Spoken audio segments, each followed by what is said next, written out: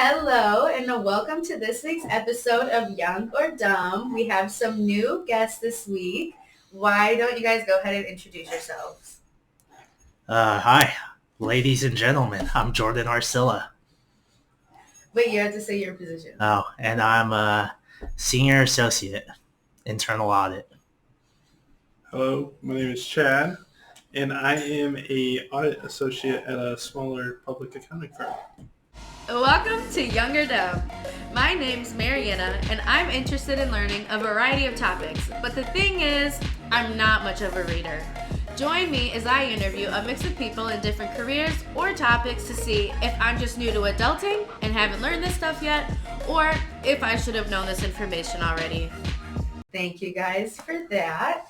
Jordan, why don't you go ahead and start off by saying your job responsibilities? Yeah, so at least at my company, my main responsibilities as a senior associate is to mainly support the various internal audits that I'm going to be placed on for the audit year.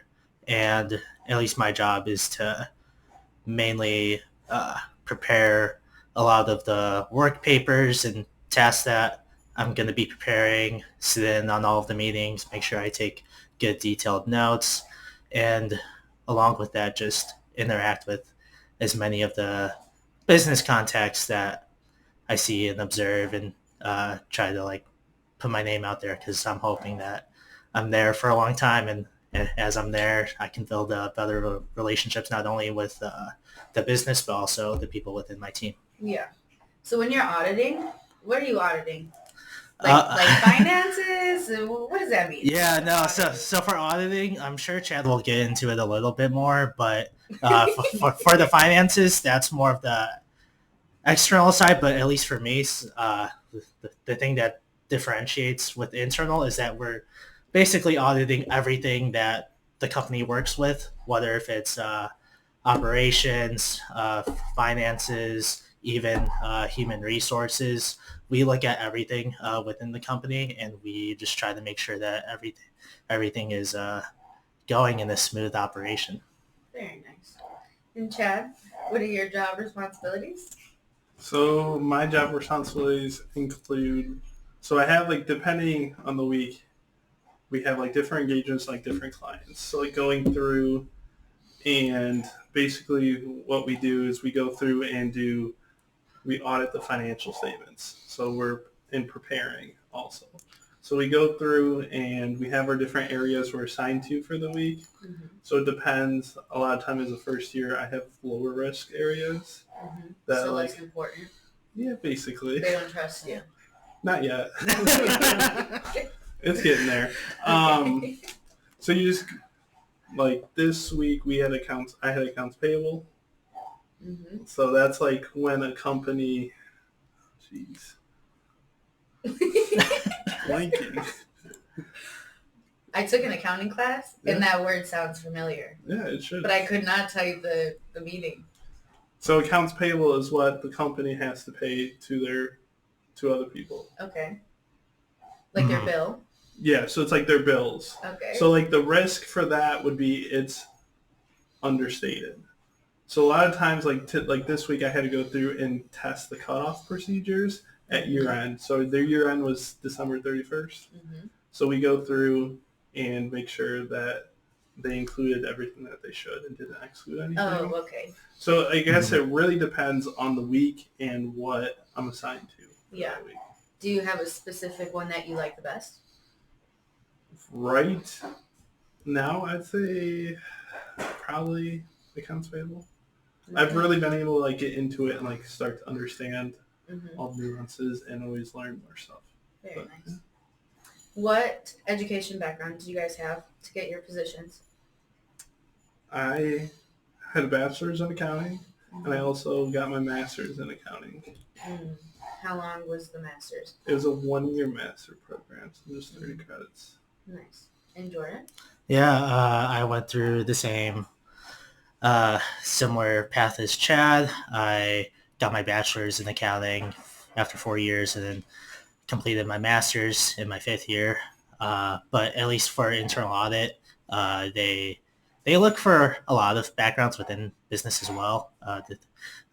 people that I've worked with in the past, they've gotten their degrees in finance, operations management, information systems, data analytics. So although accounting is not the only path that like I could have went into, it's also cool to see that there's other people that I work with that got different backgrounds. Is that for bachelor's degree they don't need it in accounting, but they need the master's in accounting? Or just any degree can be in anything? Yeah, so specifically for accounting, if you do want to work for a CPA firm or a big public accounting firm, or just the public accounting industry, it is probably required to get the master's degree because you need those 150 credits to sit for the CPA exam, and CPA is certified public accountant. So that's a big thing for those public accounting firms. I know with my public accounting firm, I know a lot of my coworkers actually didn't get their master's, but they just spent like another semester or two getting like their 150 credit hours. Oh, okay. But so I know like that's also another avenue you can go. But are there like certificates you guys can get to get you better jobs or different parts of accounting? Is that a thing? Yeah, I could speak on this because if for internal audit, there's a lot more certifications that people could get besides the CPA, which is really nice. Examples are the CIA, the Certified Internal Auditor, the CISA, the Certified Information Systems Auditor, and the CFE, the Certified Fraud Examiner. So I know those are the main three certifications that a lot of my coworkers have. Some have just one or two, mix and matching between all those four certificates. So it's just really cool to see. And at least for me, a personal goal of mine is to get one of those certifications soon. How long does it take? Honestly, it depends on each certificate because the CPA, it's 4 sections, so 4 different exams, and you have to study a good amount in addition to our day job that we got, and it requires a lot of work and dedication to get that. And then like for the other certificates, at least the one that I would shoot for, the CIA, if I recall, I think it's 2 exams or 2 parts, and studying is not as intensive as the CPA, but you still got to put in the work. You still got to put in the hours in order to pass it. So, did you guys have to take a state exam or any kind of exam to get? I've started. So like at our firm, you can get promoted to like a senior associate because entry level is associate. You can get promoted as senior associate without your CPA. But then anything past that, like once you go to manager, you have to have your CPA. So they want you eligible when you start, and they want you to be able to like start taking. So as a first year, I've had some time during like our busy season and able to study, but I also haven't. So are they paying for it? Yeah. So my firm pays for our first attempt of each section. So if I don't get it in the first section, then I have to pay. But you're gonna get it. Yeah, hopefully the next couple I get. Fingers crossed. Yeah. And I wish you lots of luck. Yeah, good luck. 4 sections, right? Yes, 4 big sections, and then you have like the ethics part. But are you ethical? Yeah, very. Okay, I got a question. The railroad question. You know that? There's the one person on one side. Wait. Yeah, okay, so there's a group of people, like, how does it go? Do you know what I'm trying to say? Like, you turn the tracks and it kills, like, one person. Yeah, or the whole group of people? Ethics. What are you doing? You don't know. So you might not pass that part. No, I think I will. That should be an easy one. Which one? I would probably go with the one person. The one person? No. What would you do? I feel like I need more detail around this ethics. It's like if the dilemma. train goes straight, it's going to hit a group of people. Okay. But if you like hit a lever to make it go off a different track, it's only going to hurt one person. Okay. So the ethical thing is, do you let it like take the path that it's already on and hurt multiple people, or do you make the switch and only hurt one person? I like to think of myself as a stand-up guy, so I'll pull the lever. Why not? Why not? So You'll switch it? sure. See what happens. Yeah. I think me too. But also, I don't know. Leave your thoughts in the comments on which option you would choose. Yes, leave your thoughts in the comments. Okay, so let's get into like the day-to-day stuff. So what are you guys doing just on a day-to-day? You want this one first, or You take it. okay? So, You don't know what you do on a day-to-day? at least like on the day-to-day, at least with my job, luckily it's hybrid, so I can break down the days that I do go into the office. It's like 2 or 3 days a week, but I get up super early, get on my metro train, commute down to the city. It's about an hour in total, including just walking from the train station to the office. And then I got a little nice morning routine going with just getting a quick workout in at the building gym. So at least after that workout, I know I'm going to be coming in different that day and working really hard for my 9 to 5. So at least during the actual working office hours, I have a lot of conversations with my coworkers, just trying to figure out what we're doing that day for those specific audits and those specific projects that I'm tasked. And then Is it team-based a lot? It's all teams, at least for me, which has been an interesting transition that I've experienced going from college to the professional workforce. So at least for me, I just try to keep doing my work while we have various client meetings that we got, or just big organization meetings that we got to sit in, take notes, and then make sure I communicate whether if I have any questions that I have for a task that I'm looking at, and then try to think of creative suggestions, solutions, recommendations to keep the work pushing and moving forward. And then when the day's done, I just take the train home and try to wind down, and then go to bed and do it all over again the next day. Do you also work in a team? Yeah, I would say all my stuff when I'm auditing is with the team.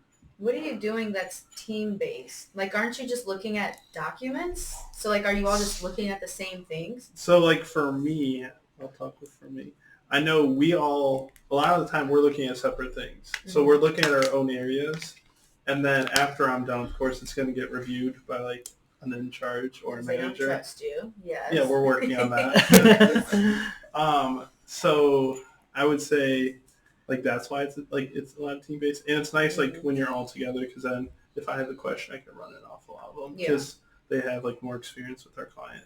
So is it, like, the team that you're working with, you have, like, the accounts payable sheet, and then they just have another sheet within? So they have, like, another, like, area, yeah. So, like, a lot of times, like, they'll have, like, the debt section or, like, accounts receivable. And that's what people owe the company? Is that what accounts receivable means? Yeah. Oh my gosh. I'm an accountant. Let's go. That's it. That's all you gotta do. Give me that salary right now. I want the salary he's making.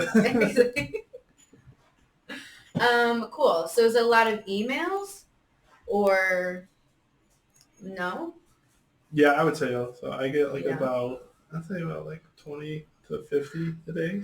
That's a big difference. It depends. It depends like what client I'm on, and like a lot of times I'm not in direct contact a lot of time with the client just because I don't have a lot of experience and don't know really what to ask for a lot of the time. So I'll just like tell my in-charge what I need and they can. But I know this week I got a lot of experience like with the client, so I had a lot of emails back and forth with them. What kind of clients do both of you guys work with? Like, is it specific like firms or companies, or is it just anyone who comes to you guys?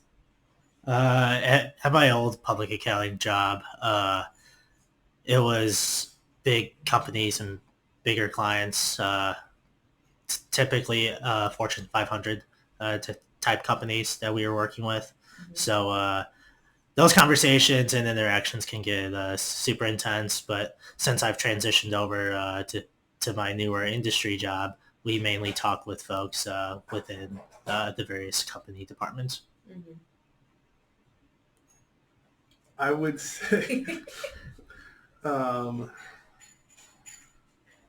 is it? What kind of clients do you have? We have we do non-public companies. So a lot of it, we have a ton of different industries we're in. So I know a lot of them are construction contractors, Mhm. or we also have a lot of manufacturers. I'd say a wide range. I mean, I know that's only two industries, but Yeah. I mean, everyone at the there's a lot of people at the firm that specialize in certain industries. Mhm. What made you guys want to get into accounting? At least with me, growing up, especially in high school and early college, I always knew I wanted to major in something within business. And throughout school, some of my best classes were accounting. So that was a plus that gave me more confidence. Like, okay, if I'm doing good enough in these accounting classes, hopefully that transfers over and I could get a degree in it. But I think the big turning point for me was when I went to this big public accounting one day event where they basically discussed the day in the life as a public account, and they described all the stuff that they were doing, and then they broke down the various areas that people could work in, like external audit, tax, and internal audit. They broke down all those, and basically after that event, uh, that's when I knew I wanted to major in accounting. That next semester, I switched my major designation from business undeclared to accounting, and then the rest is history. Thankfully, I got my degrees and made it through the start of my professional career. Mm-hmm. For me, I would say I took a class in high school, it's just a basic debits and credits accounting. And I started like it then, and then so went on with business in college. Mm-hmm. And I declared accounting major, but I still wasn't sure. But after I took a couple classes, I started to really like it. So you guys good with numbers off the top of your head? No, I'm good with Excel. Yeah, I am really good with Microsoft Excel. If I was good with other mathematics, I probably would have done something else other than accounting. Yeah, I'm thinking it's a lot of formulas. It's so. But you don't have to memorize them. I wouldn't say memorize the formulas, but memorize the content within the formulas. So why we use this number, or not like just that number, but the number that's associated with the equation, and try to give further context of why we're using a certain thing. So yeah. I know a lot of time in external auditing, a lot of times people refer to it as Sally. It's the same as last year. Mm-hmm. And so a lot of people will just look at last year's and kind of look at the formulas they use on a certain work paper, and you can kind of go off of there. It's not the best practice. Yeah. You don't want to do that. I've heard of people doing this. I've not done it myself. You, though? No, never. Oh yeah, because especially since I started my jobs, a lot of the coworkers I was working with, they would coach me about making sure that I critically think at not just those equations I'm looking at, but also the various processes and procedures that I'm looking at, and make sure that, this is a similar process or item that we saw from the prior work paper, but make sure that it makes sense for this current year and this certain audit. So we always have to take the extra step to make sure that we're not blindly following various items because we can get in trouble. You'd be surprised. So it's all the same formulas, even if you're working with different companies. Yes and no. I would say it depends. I know it's but it depends on the client. Mm-hmm. So like a lot of times, like certain industries will have certain aspects. Mm-hmm. So where you look at different things. So like for instance, you have a service-based client, mm-hmm. and then you have a manufacturer. The manufacturer is going to have a lot of inventory stuff, and the service client, they won't. I guess that makes sense. So it's just different a lot of times with industry. Sometimes you look at different things. Mm-hmm. Yeah, that makes sense. Yeah, and then a big thing for me in the past, specifically on my old job, a good amount of clients that I worked on, it was mainly looking at various information technology systems that they had. And although a lot of the conceptual stuff transferred over pretty easily from company to company, there's a lot of different verbiage and language that is used differently. And so you also have to bring in both the prior knowledge and make sure that your explanations align with that certain client. Mm-hmm. Was that hard with the verbiage? Because isn't that stuff then it can get into legal stuff? At least for me, it was. I'm not too sure how it would go from a legal perspective, but at least for me, I was specifically on my old public accounting job. I was switching clients every 6 to 8 weeks, so that can get tough when you go from client to client every couple months. So although I had all of the prior knowledge and was gaining confidence in the various work that I was doing, I gotta start all over again and make sure that I bring my prior knowledge to that other project that I was starting up. Yeah. How many different, what are they called? Are they called clients? Am I saying that correctly? Yeah, it's clients. So how many clients do you guys have at a time? And then how do you determine how long you're working with them? Does that make sense? Yeah. Yeah. I could take this one. At least, I'm not sure how it is at your company, but at least for me, there were various staffing resources that only worked on staff allocations between all of the other associates and senior associates. So at least with me, one time, most of the time, I would just get a notice from the staffing resource and just hear from them oh, you're going to be assigned on this project next month or in a couple months. So I'm okay, that's cool. But unfortunately for me, it got to a point where the most clients that I worked on at a time was 5. That's which was insane because at least for me, a lot of the projects that I was assigned, at least on that 5 client resource balance, was that they wanted me to work 15 to 20 hours on each client. And of course, some of them want more content and more stuff to get done. Mm-hmm. So that definitely got stressful for those couple months in the heart of my busy season. Mm-hmm. So that was always fun and interesting communicating with all of those clients and the managers that I was working with. It was definitely a fun balance, but now it's I'm back to my typical one client that I'm working on or bouncing 2 audits at a time. So that's good for me, at least. How long does it take? Because are they just sending you everything in the beginning and then it just takes you however many weeks to go over everything and then you give it to them and you're okay, here it is? How do I want to answer this? Because audits can range from either 3 months, 6 months, 9 months, or even a full year. So luckily, at least for me, a lot of the audits that I worked on were ranged from the 3 to 6 month range, and I mainly got brought on after the planning phase for those audits. So I mainly worked on all of the fieldwork tasks and projects that I got assigned basically those last quarter or last half of that audit. Basically, there were some projects I had where I worked like start to finish for like those full 6 months, but yeah, at least for me, it's heavily dependent on the project type.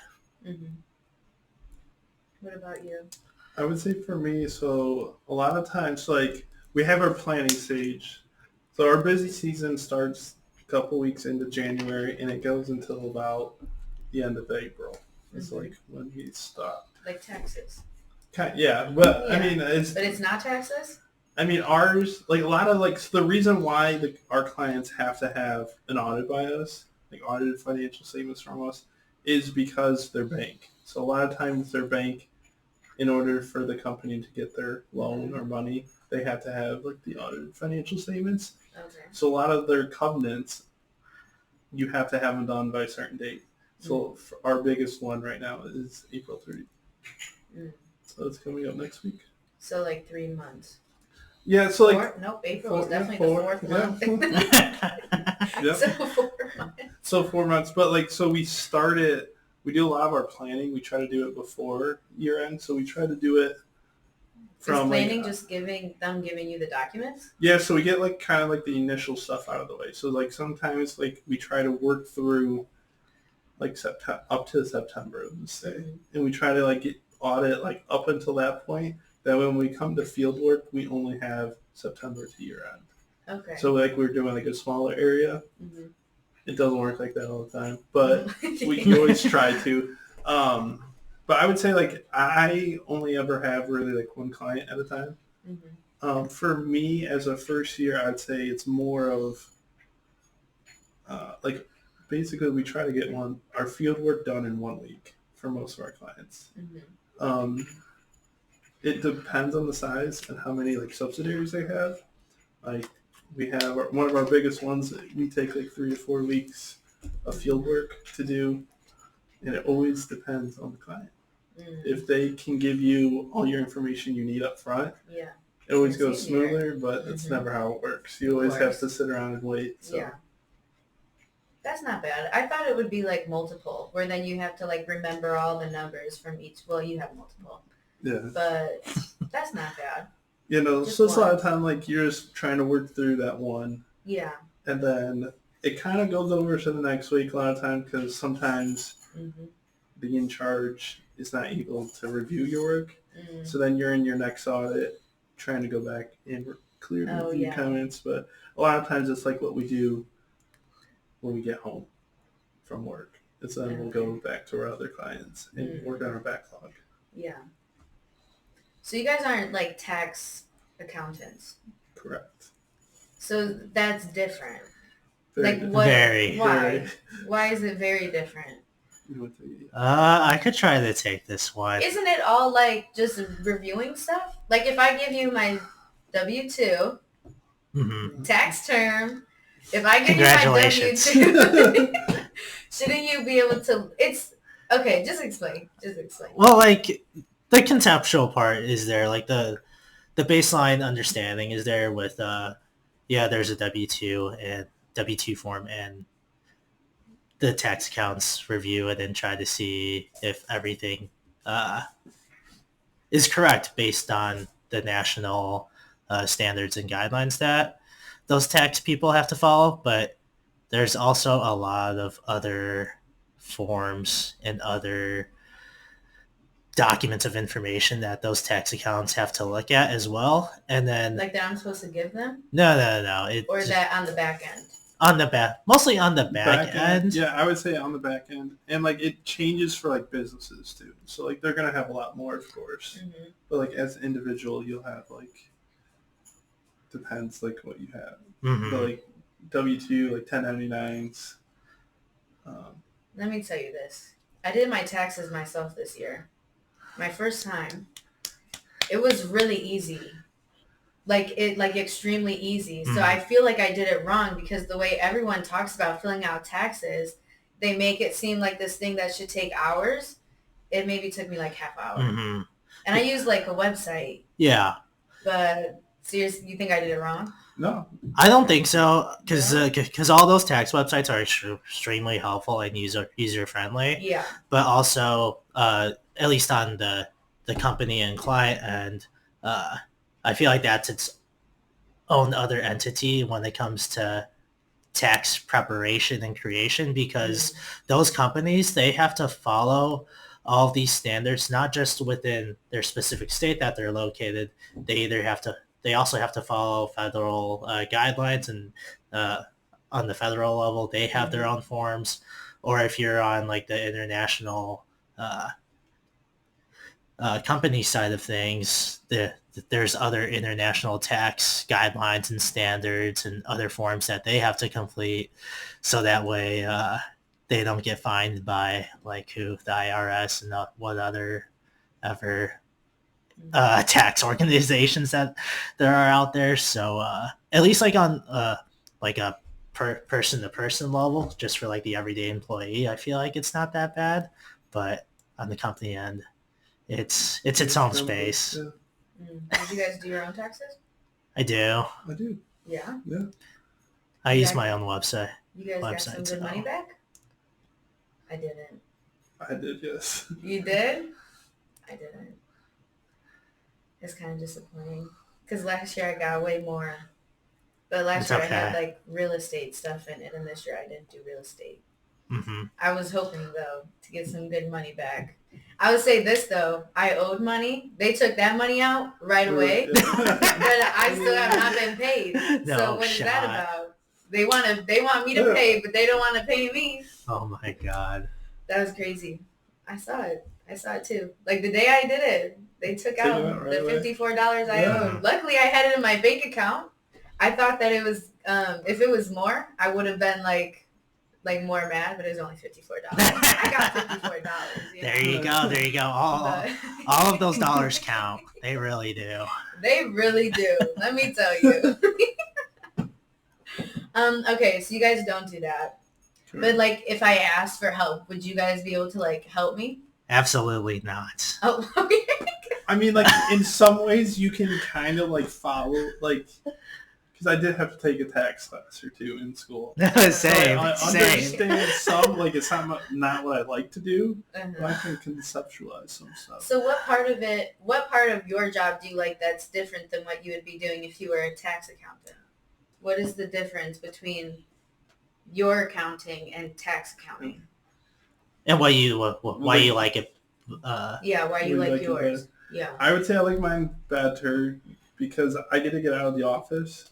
So a lot of times I'm going to like clients and whatnot. So I'm not just sitting. You have to visit them? Yeah, I would go to their office a lot of times. Mm-hmm.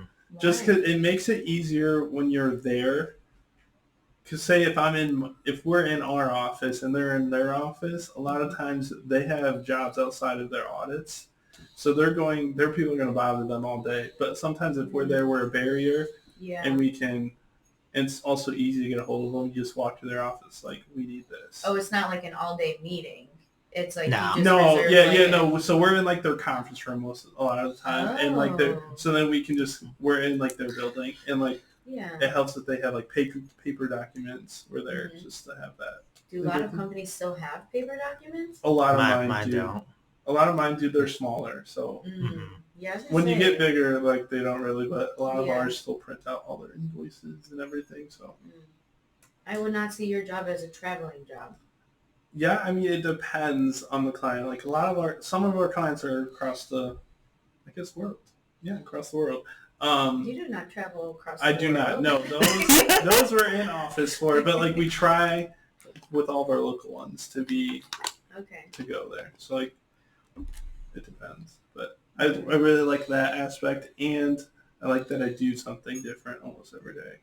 A lot of times, and you see like a lot of different things. So yeah, I thought they were like all the same.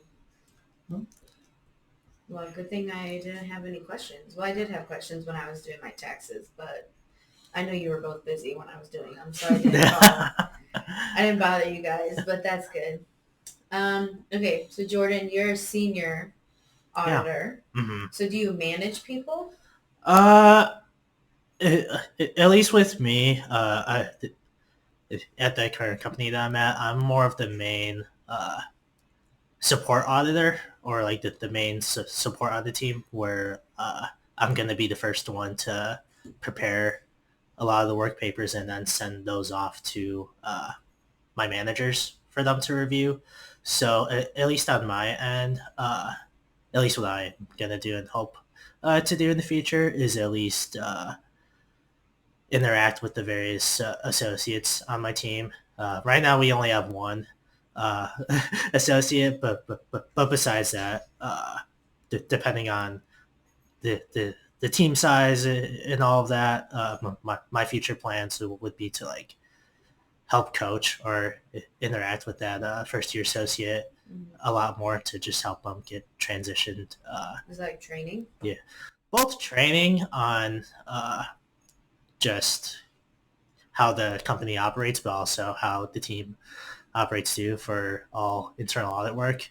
Because at my old public accounting job, it was a very similar role where I was an experienced associate, but I also worked with other first year associates like Chad that he's going through right now.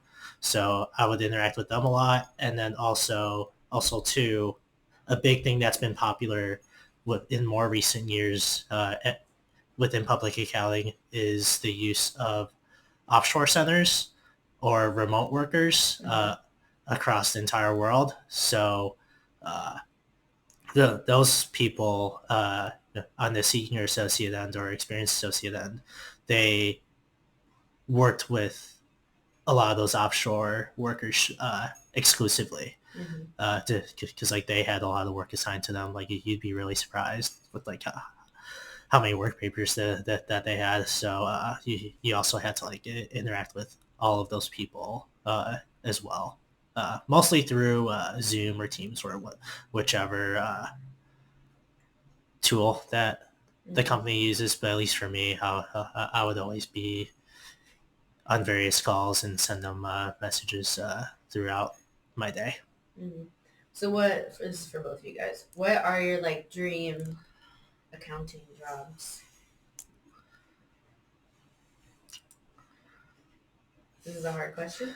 At least for me, it's always been hard in the sense where I don't really like or prefer to view my career path in such a long-term form, because I feel like a lot of stuff can change in the short term within a year or 5 years. Because at least with me, and then at least from what I've experienced, there's a lot of steps that you need to take in order to climb that corporate ladder.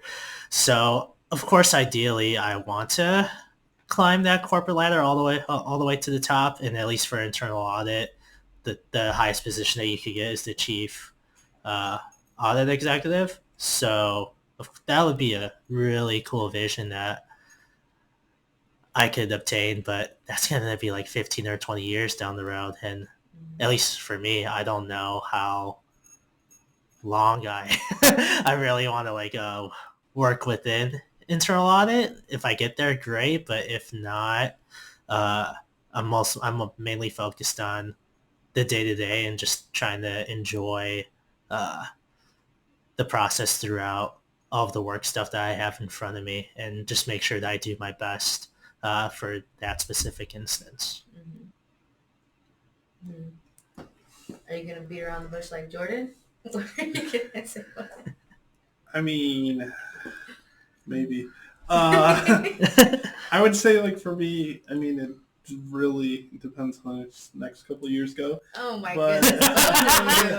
But I would say, like, end all be all, like, make it the partner in the firm, in a public accounting firm. Like, I really like the smaller firm I'm at. We don't push as many hours as some of the bigger firms. So I do like that aspect. You literally was just telling me, well, it's your busy season, I guess. Yeah, so like, I mean... You just work crazy hours. Yeah. Yeah. For a normal person, yeah. Oh, no. So I would say, like, yeah, I would make it the partner. Could you start your own? Would you want to start your own? I could. No, I don't want No, to. you don't want No. to. Could you like start your own?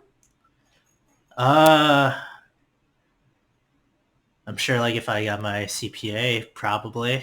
Mhm. I feel like specifically for accounting, if you want to start up your own accounting practice, the first barrier of entry is to have your CPA. Yeah. And I feel like most people try to like create their own business when they hit the manager level.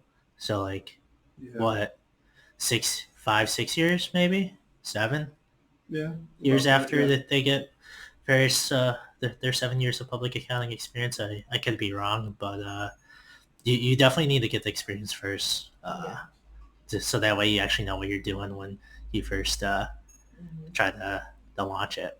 Yeah. Interesting. Neither of you really answered my question, but that's okay. Yeah. I think You did better than Jordan. Jordan said, Yeah. I want to focus on the day-to-day. Yeah. I mean, you got to make it But through today to get to That is tomorrow. true. That is true. But okay, that's Yeah. okay. Because I have no idea what I want to do in Yeah. like 5-10 years. I You're still genuinely young. don't. You're good. I'm good. Yeah. I'm getting there. We'll see. We'll see. I'm like what, for 4 or 5 years into my professional career, so Yeah. I got the next 25 years to look forward to, and I don't really know. I don't really know because Yeah, I feel like it just should motivate you more if you have like an end goal. That's also So- fair. Yeah. I don't know. Okay, anyways. So what's your guys' favorite parts about your job? For me, I would say the people. I really like working with I really like the coworkers I work with. Like we really work as a team and we all like work great together. So I really like that aspect of it. How old are they? Like what is like an age range? For like other associates and like senior associates. Yeah, like your group. So like I would say I'd say like around like 23, 24. Oh, so like our age. Yeah, well then it goes up to like some more like 29 to 30. Okay. But Okay, that's not as I guess you're like entry level though, so that makes sense. yeah, Mhm. so like, Mhm. but when you get to manager, like they're starting in like their 30s, you know. But Yeah. Yeah. Then that makes sense that Yeah. you would like hanging out with them. yeah, no, it's like really nice, like because we spend a lot of time together, Yeah. especially during busy season. hmm So Nice. What's your favorite part? Yeah, it's similar to Chad, but at least for me, because I've had my experiences where I've had good clients versus bad clients, and the difference between team chemistry on both spectrums, on good and bad, is crazy. So like when I'm on a good client with good coworkers that I know that I can interact with and trust and go to my silly questions to, vibes are at an all-time high. It's insane. Like it really makes the day go by that much faster.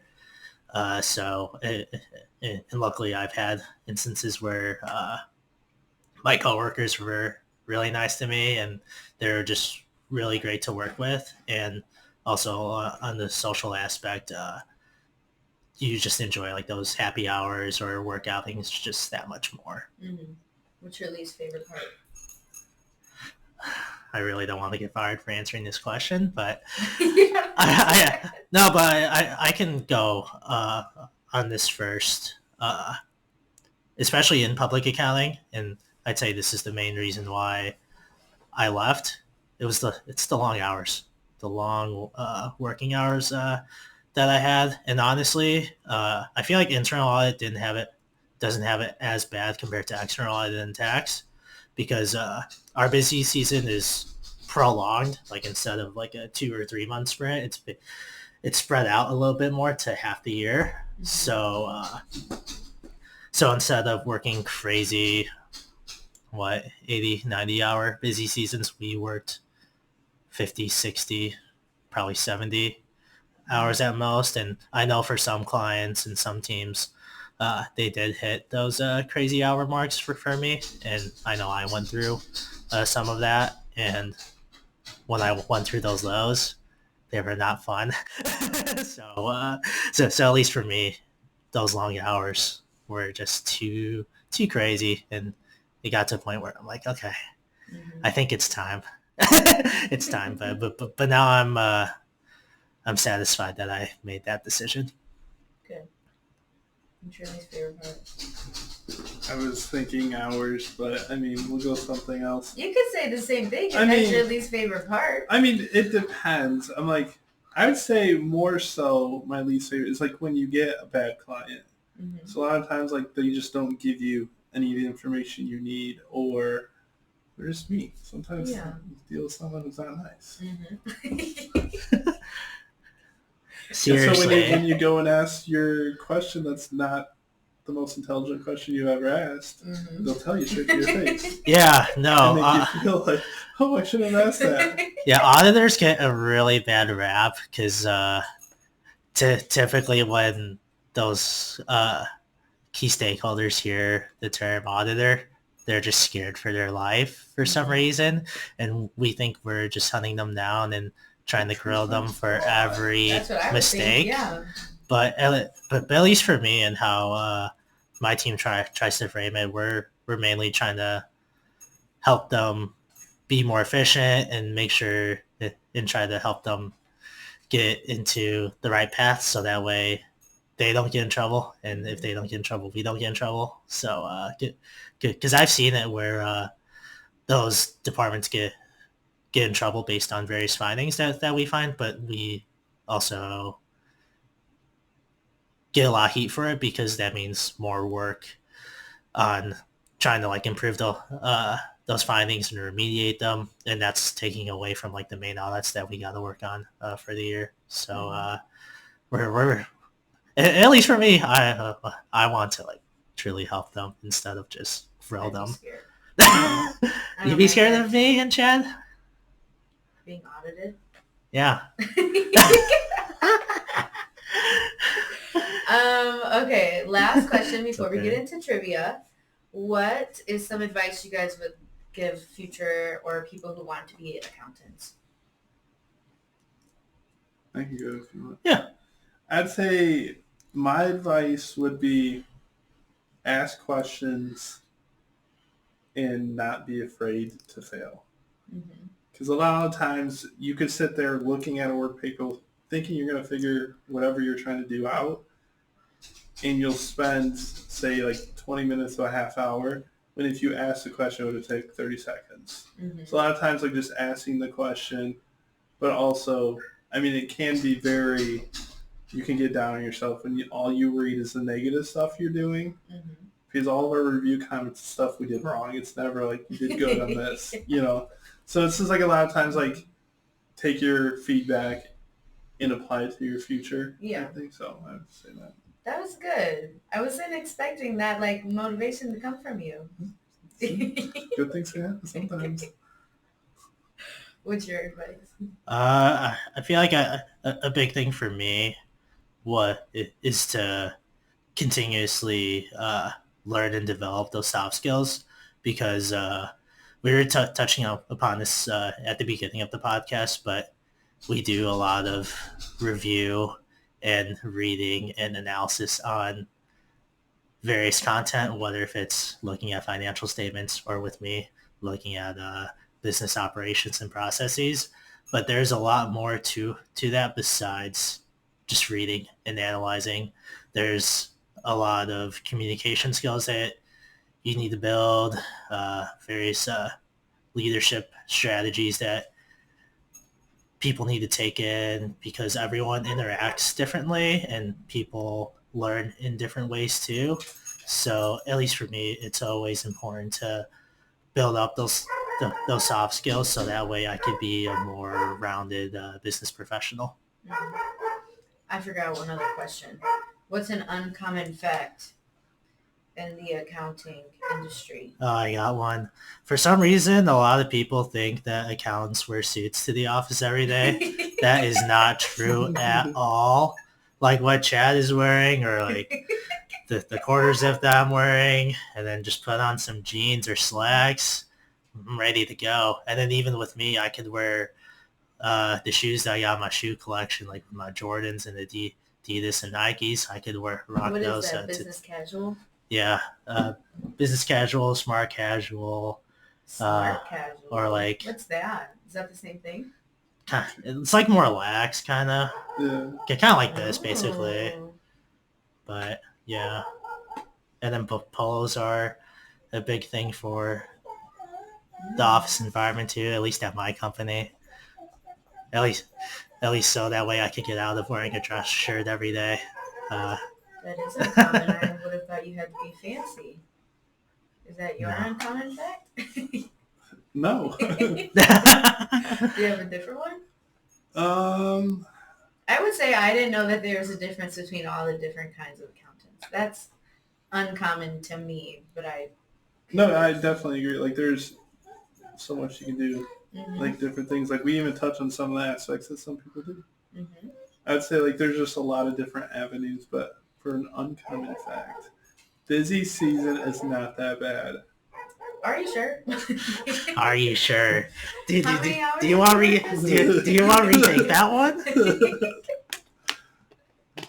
Because I'll tell you this, I don't work over 40 hours. And you worked well over 40 hours this week. Yeah, I would say so. I mean, no, this week I did not. How many did you work? Whoa. I Yeah. had Wednesday off, so for the tax deadline. So You could give a range, but what was the craziest busy season time period they had in a week? I would this say year? for me, probably like 55 was like Okay. the top end of what I did. Okay, that is not bad. It's not bad. I mean, it definitely eats up. So a lot of times you build on in the early parts of your week, and you work half day on Saturday. Mm. So you get like a day and a half for a weekend, which really you don't realize how much you really want it. Mm-hmm. But I'd say overall it's not bad because then a lot of times you have really nice PTO stuff. So Yeah. I was like, I know we have an unlimited package at my firm, so I can You have unlimited? So it just has to be approved by like Mm-hmm. your career advisor. You know what I've heard about that? Companies who do that don't get a lot of people who take PTO because those people will feel bad. Mhm. But if It I does had happen. unlimited PTO, I'm using it like whenever I want. Mhm. Are you like that? You're like that. I'm definitely like You're that. like Yeah. Yeah. So I was like, I know we're not really allowed to take like time off during our busy season. Mhm. I mean, if you have like a family emergency or like certain life events, like if you have a wedding you have to go to, Mhm. you can shift your schedule around to like make that. I guess that makes sense. But then like after that, like 4 months, it's really free reign. Yeah, I like that. I don't see the logic in people who go to a company that has unlimited PTO and then they don't use it. And it's like very encouraged that we use our PTO too. Yeah, Like see, That's nice. why they're would like you they not? tell us like I originally didn't have a lot planned for May, and then I sat down with one of my career advisors, and he told me I need to take more time off, just to like kind of refresh after our busy season. Yeah, and you are. Yeah. Because you said you only work like 1 week, right? Yeah. Okay. So That's a good career advisor. That's a W. no, I worked like 2 weeks. But also like there's a lot of like the firm was closed because we're doing stuff, but so. Interesting. Well, thank you guys for that. I have trivia. I'm not looking forward to this. It's accounting trivia. You guys want to do it like a competition, or you work together? Work together. Okay, that's fine. That's not fun. All right, fine. We can do Yeah. a competition. I was gonna say Take an L. It's easy. I got a competitive nature, so I want to take it they're not down. bad. We can build an alliance though for this though. Can I see the questions first? No, you can do Darn. it. Okay, we'll just see how it goes. Okay. Okay, ready? We'll do 5 questions. A cost that changes with the number of units produced, but that can never be zero is what kind of cost? I'll repeat it. A cost that changes with the number of units produced, but that can never be zero is what kind of cost?